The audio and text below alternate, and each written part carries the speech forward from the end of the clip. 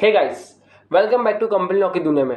आज हम सबसे मोस्ट इंपॉर्टेंट सेक्शन करने वाले सेक्शन 149 सबसेक्शन 1। जी हाँ सर, वही नंबर ऑफ डायरेक्टर्स नहीं, बात करते हैं वुमन डायरेक्टर के बारे में। जी हाँ, महिला डायरेक्टर के बारे में। आपको पता है कंपनीज एक्ट 2013 में जब ये रूल आया था, रूल कब आया था? 1 अप्रैल 2014 को रूल आया था कि सर आपके लिस्टेड कंपनी में ना कंपल्सरीली वुमन डायरेक्टर होनी चाहिए। अदर देन लिस्टेड कंपनी रहेगी, मतलब क्या? मतलब वो पब्लिक कंपनी हो सकती है, यस। तो उसका कुछ क्राइटेरिया है, means public means paid up share capital कितना होना चाहिए, दैट इज 100 सीआर और मोर, और टर्नओवर 300 सीआर और मोर होना चाहिए। अगर ये दोनों कंडीशन में से कोई एक कंडीशन सेटिस्फाई हो जाती है तो भाई साहब आपको वुमन डायरेक्टर अपॉइंट करना ही करना पड़ेगा। बट ये बच्चा पार्टी, ये जो रूल था ना, ये रूल आया था 1 अप्रैल 2014 को, 2014 को ये रूल आया था, किसी की सरकार आई थी। अब आपको ये भी पता रहेगा कि सर इसके पहले की कहानी, इसके बाद की कहानी क्या रहेगी। इसके पहले की कहानी की अगर मैं बात करूं तो भाई साहब इसमें यह बताया गया है कि सर जो भी कंपनी इनकॉर्पोरेट हुआ है बिफोर 1 अप्रैल 2014, तो उसकी जो एप्लीकेबिलिटी है वो 1 ईयर रहेगी।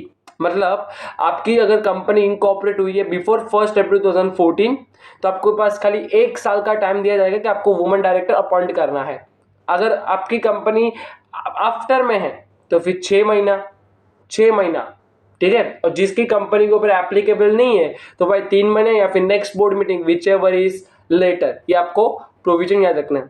आपको पता है वुमन डायरेक्टर सिर्फ एक सिंपल सा है, अगर मैं उसको स्पेशल बना दूं तो वुमन इंडिपेंडेंट डायरेक्टर बना दूं तो सर इंडिपेंडेंट डायरेक्टर मतलब इसको डिफाइन किया गया section 2 subsection 47 of the Companies Act 2013। जी हाँ, बट आपको ये भी बात बता दूं कि इंडिपेंडेंट डायरेक्टर बनने के लिए ना कुछ क्राइटेरिया रहती है, कुछ कंडीशन रहती है, कुछ एलिजिबिलिटी रहती है जो अंडर सेक्शन 149 सबसेक्शन 6 में दिया गया है। यस, तो वो पूरा लिस्ट है, वो हमें पूरा पढ़ना पड़ेगा। आपको पता रहेगा कि अगर वुमन इंडिपेंडेंट डायरेक्टर अगर आपको अपॉइंट करना है तो आपको टू थिंग्स आपको देखनी पड़ेगी। फर्स्ट, टॉप 500 लिस्टेड कंपनी रहेगी, मतलब जो भी टॉप 500 लिस्टेड कंपनी रहेगी एटलीस्ट 1 इंडिपेंडेंट डायरेक्टर उनको अपॉइंट करना पड़ेगा। पर ये कब से आया भाई साहब? ये आया था 1 अप्रैल 2018, ये आया था। अगर मान लो 500 लिस्टेड कंपनी में आपका नाम नहीं है तो कोई बात नहीं, आपको 1 अप्रैल 2019 में अगर टॉप 1000 लिस्टेड कंपनीज को भी एटलीस्ट एक वुमन इंडिपेंडेंट डायरेक्टर अपॉइंट करना ही करना पड़ेगा। अब सर अब ये टॉप बोल रहे हो, मतलब टॉप कैसे वेरीफाई करें? तो मेरी सिंपल सी बात है, मार्केट कैप के हिसाब से, मार्केट कैपिटलाइजेशन के हिसाब से आप वो कंपनी को जज कर पाओगे कि 500 में आती है या फिर 1000 लिस्टेड एंटिटीज में आती है। ठीक है, ये सो सिंपल। सेक्शन 149 सबसेक्शन 1 यहाँ पे वुमन डायरेक्टर खत्म होता है। अगर मैं आपको दूसरे सेक्शन की बात करूं, दूसरा सेक्शन जो सबसे मोस्ट इंपॉर्टेंट सेक्शन है, section 151 of the Companies Act 2013। जी हाँ, ये बोलते हैं स्मॉल शेयर होल्डर डायरेक्टर के बारे में। अभी स्मॉल शेयर होल्डर डायरेक्टर है क्या? पहली बात तो हम ब्रेक करते हैं। स्मॉल शेयर होल्डर और डायरेक्टर आप सभी को पता रहेगा कौन होता है। स्मॉल शेयर होल्डर कौन होता है? स्मॉल शेयर होल्डर एक ऐसा बंदा होता है जो किसी भी कंपनी में शेयर्स वो सिर्फ और सिर्फ 20,000 से नीचे लेगा एज पर दी फेस वैल्यू, ये एज पर दी नॉमिनल वैल्यू। मतलब मैं इतना बोल सकता हूँ, इतना क्रिस्पी मैनर या प्रिसाइज मैनर में बोल सकता हूँ कि भाई साहब वो बंदा ऐसा है ना जो सिर्फ और सिर्फ 20,000 से नीचे लेने वाला शेयर्स लेने वाला बंदा है। मतलब ये एक माइनॉरिटी शेयर होल्डर है। ओके, आपको पता रहेगा आपका एक चैप्टर है, सिलेबस में एक चैप्टर है overview of free cooperate organisation. उसमें एक बहुत ही फेमस केस है फोर्स वर्सेस हर्बोटल करके, हर्बोटल। तो उसमें यह बताया गया है कि माइनॉरिटी शेयर होल्डर पे ऐसा क्यों जुल्म उठाया जाता है मेजॉरिटी शेयर होल्डर के ऊपर, ऐसा मेजॉरिटी शेयर होल्डर ज्यादा दबाव डालते हैं माइनॉरिटी शेयर होल्डर के ऊपर, ऐसा कुछ केस बनाया गया था। वो केस क्या है वो हमें आगे के वीडियो में डिस्कस करेंगे।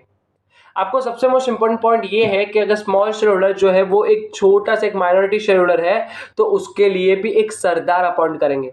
वो सरदार का नाम है स्मॉल शेयर होल्डर डायरेक्टर। अब ये इसको कैसे अपॉइंट करना है? क्या कंपलसरी हर एक कंपनी में अपॉइंट होगा? क्या इसका कुछ कंडीशन है? नहीं, इसके कुछ रूल्स है जो आपको फॉलो करने, कुछ कंडीशन जो आपको फॉलो करने हैं। पहली बात, लिस्टेड कंपनी में ना ये शायद अपॉइंट होगा, और अगर अपॉइंट करना है तो कंपनी के पास दो रास्ते होते हैं। पहला रास्ता ये, या तो वो सुओ मोटो से करे या तो वो एप्लीकेशन ले। अब ये एप्लीकेशन में भी दो क्राइटेरिया है। पहला क्राइटेरिया कि या तो 10% of the small share holder उनको चिट्ठी लिखे या फिर 1000 स्मॉल शेयर होल्डर लिखे। अब ऐसा तो मैं अंबानी के एंटी लैग में नीचे ऐसा तो नहीं बोल सकते मुझे तेरे कंपनी में स्मॉल शेयर होल्डर डायरेक्टर चाहिए, मुझे मेरे कंपनी में स्मॉल शेयर होल्डर डायरेक्टर चाहिए। अबे मेरी कंपनी में ओनर है ना, हाँ तो मुझे मेरे में एंटी लैग से वो अंबानी ऊपर है, अनीता अंबानी ऊपर है, मैं नीचे से गला गला फाड़ फाड़ के नहीं सॉरी माइक है मेरे पास, माइक है, मैं ऐसे माइक पे चिल्ला रहा हूँ, ऐसा नहीं चलेगा ना। नीता अंबानी बोलेगी बेटा जी पहले एप्लीकेशन लेके आओ, मैं पूछूंगा कितना, वो बोलते तूने जेमिन सर का कंपनी नाम नहीं पढ़ा, मैंने बोला नहीं, जा पहले यूट्यूब के देखे वीडियोस और सब्सक्राइब करो, ठीक है ओके। तो यहाँ पे थोड़ा सा एक मैं बोलता हूँ कि 10% या फिर 1000 स्मॉल शेयर होल्डर डायरेक्टर का अपना एप्लीकेशन चाहिए कि हमें एक small shareholder director appoint करना है। अगर मानो कि एक इच्छा जगती है, एक ये सिंपल सा है, अब थोड़ा स्पेशल बनाते हैं। अगर मानो स्मॉल शेयर होल्डर डायरेक्टर को भी एक independent small shareholder director बनना है तो कैसे बनेंगे वो सर, उसके लिए भी अगर उसको कंडीशन सेटिस्फाई करनी पड़ेंगे अंडर सेक्शन 149 सबसेक्शन 6 के तहत। अच्छा मतलब सर जिसको इंडिपेंडेंट डायरेक्टर बनना है वो 149 सबसेक्शन 6 में कंडीशन वैलिड होनी चाहिए, सेटिस्फाई होनी चाहिए, ठीक है।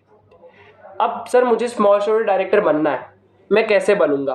पहली बात देखो कंपनी में एक एप्लीकेशन देना पड़ेगा, और वो एप्लीकेशन कितने दिन पहले देना पड़ेगा भाई? वो 14 days before the date of AGM देना पड़ेगा। अच्छा मतलब सर वो एप्लीकेशन में क्या क्या रहेगा? मेरा बायोडेटा, शादी की बात नहीं कर रहा हूँ मैं, मेरा एक्सप्लेन द कैंडिडेचर, मैं कैसा हूँ, मैं कितने साल का हूँ, मैं क्या डिस्क्वालीफाई बाय लॉ होगा, यस ये भी आपको अटैच करना पड़ेगा। A declaration form which is given in the DIR 8 और कंपनी DIR 9 देगी ROC को।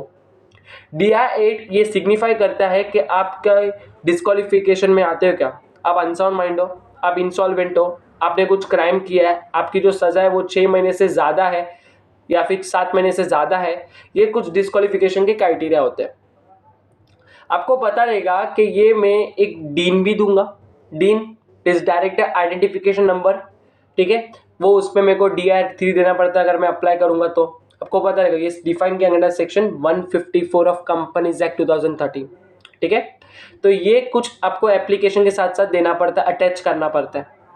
उसके आपका अप्रूव हो जाता है तो आपको 3 साल तक आपको फिक्स 3 साल तक अपॉइंट करते हैं। ये मैंने 3 बार फिक्स इसलिए बोला बिकॉज ये ना ही एलिजिबल है फॉर रीअपॉइंटमेंट, ना ही एलिजिबल है फॉर रिटायरमेंट, मतलब फिक्स है 3 साल तक। सर ये डायरेक्टरशिप होल्ड कर सकता है, हाँ कितना, सिर्फ 2। पर सर हमने तो पढ़ा सिर्फ अगर कोई अकेला बंदा है वो 20 कंपनीज में डायरेक्टरशिप होल्ड कर पाएगा। मुझे कमेंट में बता दें कौन से कंपनी कौन से डायरेक्टरशिप में कौन सा सेक्शन लोकेट किया गया है। एक अकेला बना 20 कंपनी में डायरेक्टरशिप होल्ड कर पाएगा, पर इसमें स्मॉल शेयर डायरेक्टर में तो सिर्फ 2 ही कंपनीज बोला।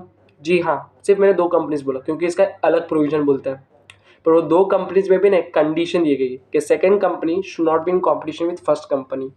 मतलब मैं ये बोलना चाहता हूँ अगर मैं अंबुजा सीमेंट में एक स्मॉल शेयर डायरेक्टर हूँ और मैं JK लक्ष्मी में भी स्मॉल शेयर डायरेक्टर हूँ, क्या दोनों में इंटरेस्टेड पार्टी हूँ, क्या इंटरेस्टेड डायरेक्टर हूँ क्या? Answer is yes. बट अगर सपोज मान लो मैं कोलगेट कंपनी में भी डायरेक्टर हूँ और मैं अंबुजा सीमेंट में डायरेक्टर हूँ, कुछ रहेगा क्या? कुछ नहीं रहेगा, इसलिए यहाँ पे कंडीशन दी गई है।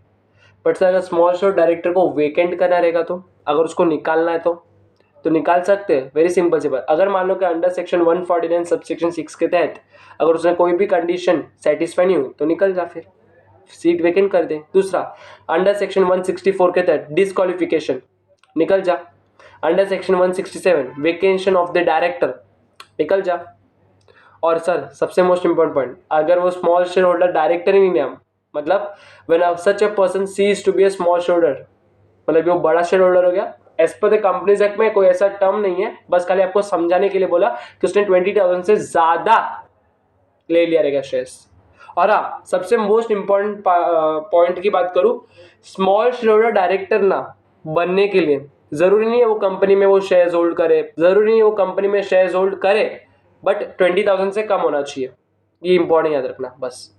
और वो डिस्क्वालीफाइड बाय लॉ नहीं होना चाहिए, ठीक है। तो यहाँ पे सेक्शन 151 आपका पूरा खत्म होता है of the Companies Act 2013। Bye.